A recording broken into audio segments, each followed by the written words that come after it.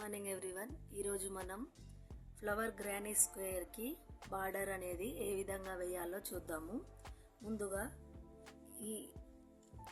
ఈ కార్నర్స్ మొత్తం single crochet వేసుకుంటూ వెళ్ళాలి.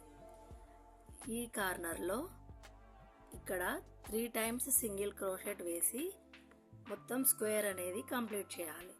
తర్వాత మనం ఈ ప్రతి సింగిల్ క్రోషెట్ గ్యాప్లో ఈ బార్డర్ని ఏ విధంగా వేయాలో చూద్దాము. ఈ గ్యాప్లో సింగిల్ స్టిచ్ వేసి 1 స్కిప్ చేయాలి. 1 సింగిల్ క్రోషెట్ స్కిప్ చేసి నెక్స్ట్ సింగిల్ క్రోషెట్లో 5 టైమ్స్ డబల్ క్రోషెట్ వేయాలి. 1 2 3 4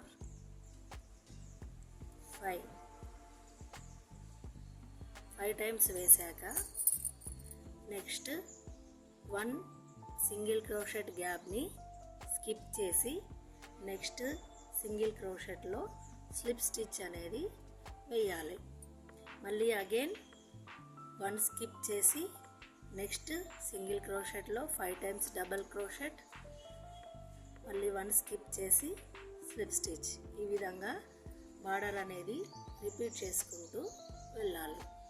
ఈ విధంగా మనం ఈజీ మెథడ్లో బార్డర్ అనేది స్టిచ్ చేసుకోవచ్చు.